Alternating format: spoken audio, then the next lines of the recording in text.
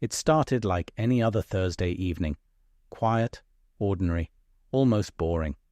The kind of warm, late spring night that makes the house feel too still, like it's holding its breath. I was upstairs on my bed, phone glowing in my hand, mindlessly scrolling through social media, when I heard laughter drift up from downstairs. My mom's laugh, and another one, softer, familiar. Karen. She had been my mom's best friend for as long as I could remember, long before I was born. Growing up, I called her Aunt Karen, even though we weren't related by blood. She was always there. Holidays, graduations, birthdays, every moment that mattered. She was family in every way that counted. Lately, though, she'd been around more than usual. A few months earlier, Karen's life had cracked wide open. Her husband, a polished financial advisor with a practiced smile and an expensive watch, had left her for a woman half her age. Just like that. Karen tried to stay strong, but everyone could see it had shaken her. So my mom insisted she stay with us whenever she needed a break from her now half-empty condo, or from being alone. Tonight was one of those nights. I heard the front door close. Footsteps climbed the stairs. A light knock. Then my mom peeked into my room. "Hey, sweetie," she said casually. "Karen's staying over tonight. Something about fumigation at her place.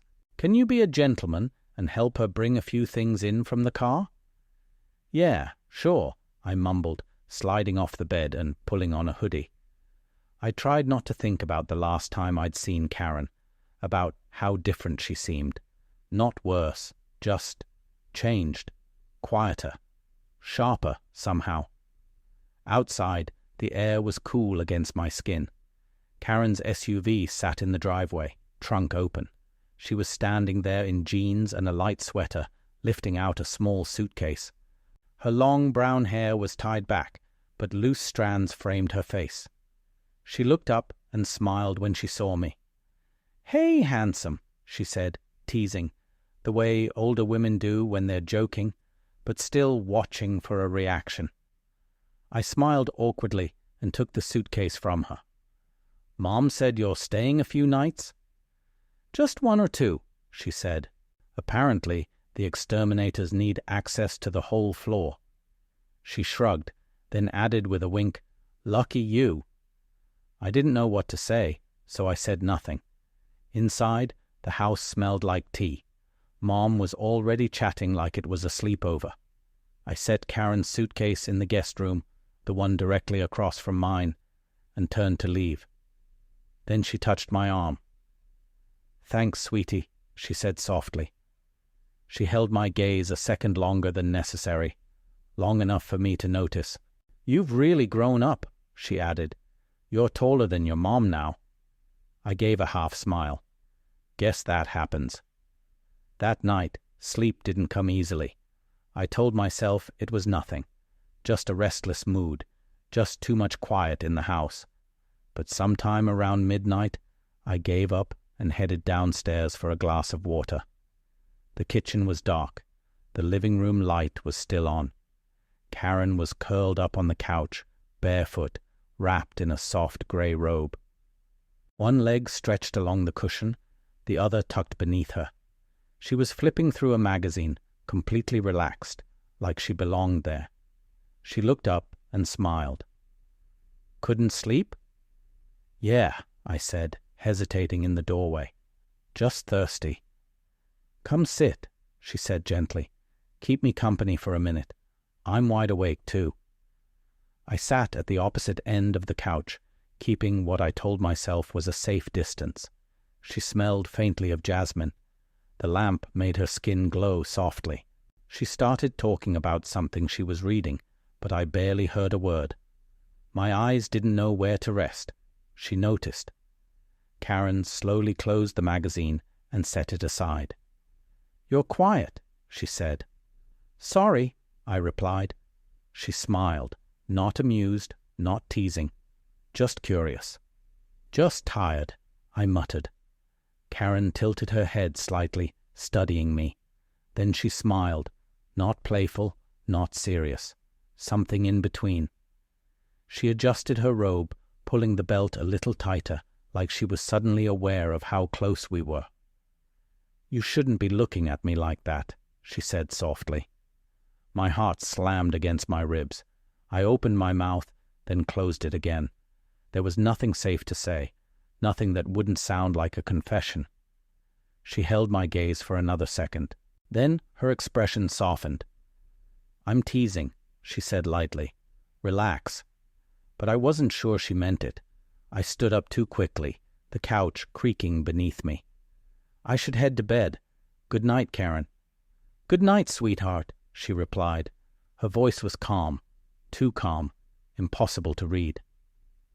As I climbed the stairs, I could feel her eyes on my back, steady, deliberate, like a spotlight I couldn't step out of.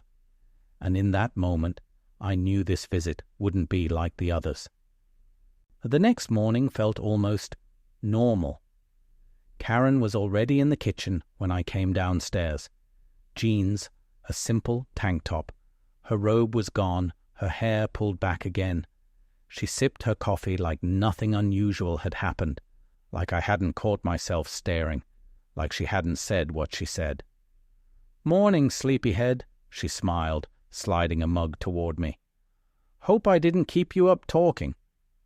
"No, not at all," I said quickly, wrapping my hands around the mug, even though I didn't really want coffee. A few minutes later, my mom came down, cheerful as always. She talked about errands, maybe stopping by a friend's place. Karen nodded along, offering to stay behind and tidy up the kitchen. "You two will be okay for a few hours?" Mom asked, mostly to Karen, though her eyes flicked to me. "Of course," Karen smiled. "We'll be fine." And just like that, we were alone. By noon, the house had settled into a quiet hum. Karen put on some soft, jazzy music and opened the windows, letting the breeze drift through. I sat in the living room, controller in hand, pretending to play a video game I wasn't actually paying attention to. Every few minutes, she passed through the hallway, wiping down a surface, humming along to the music. Every time, my focus slipped. When I got up for a snack, everything shifted. I opened the fridge and bent down to grab something from the bottom shelf. When I stood up, she was there, closer than I expected. "Sorry," I said, nearly bumping into her. Karen didn't move right away. One hand rested on the counter beside me. She looked at me like she was trying to read something I hadn't said out loud. "I've never seen you act so shy," she said quietly. "I'm not shy," I swallowed. "You just caught me off guard." She smiled faintly. "You used to run around this house in superhero pajamas." "That was a long time ago." "Now," she continued, her voice lower, "you look at me like I'm a stranger." "You're not," I said quickly. "You've just changed." Karen leaned in slightly, not touching, just close enough. "Everyone changes." The pause stretched, thin, electric. Then she stepped back and reached into the cabinet above my head. "Do you still like peanut butter toast?" "Yeah," I said, unsure what else to say. She made us each a slice, and we ate at the counter like we always had. Only it wasn't like always. Nothing was. That afternoon, I escaped to my room, telling myself I needed to read. The truth was, I needed space, air, distance. I cracked the window and lay back on my bed, staring at the ceiling. I kept replaying the way she looked at me, the way her voice dropped when we were alone. This wasn't in my head. She wasn't treating me like a kid anymore, and she definitely wasn't treating me like her friend's son. A knock on my door made me jump. Karen stepped inside before I could answer. "Hey," she said casually. "I borrowed your mom's nail polish remover, but I can't find any cotton pads. Do you have any in your—" The floorboard upstairs snapped, sharp and sudden, like a dry twig breaking. Karen froze. For a split second, we both stopped breathing. Then she stepped back immediately, color rising to her cheeks, tension written all over her face. "Your mom's still awake," she whispered. "We should go to bed."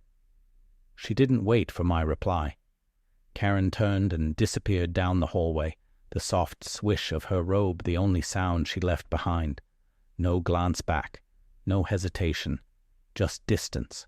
I stood there in the dark, chest tight, lungs working overtime, staring at the empty space where she'd been moments ago. And that's when it hit me. This wasn't confusion anymore. This wasn't harmless flirting or cross signals.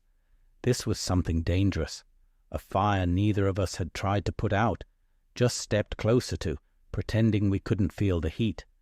And now it was only a matter of time before someone got burned. I stayed in my room the rest of the night. I didn't come down for dinner, didn't grab water, didn't even check my phone.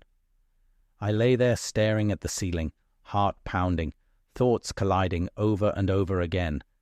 Had I imagined it? The robe, her tone, the way she stood there, perfectly still, perfectly unreadable. I replayed the moment again and again. Her voice,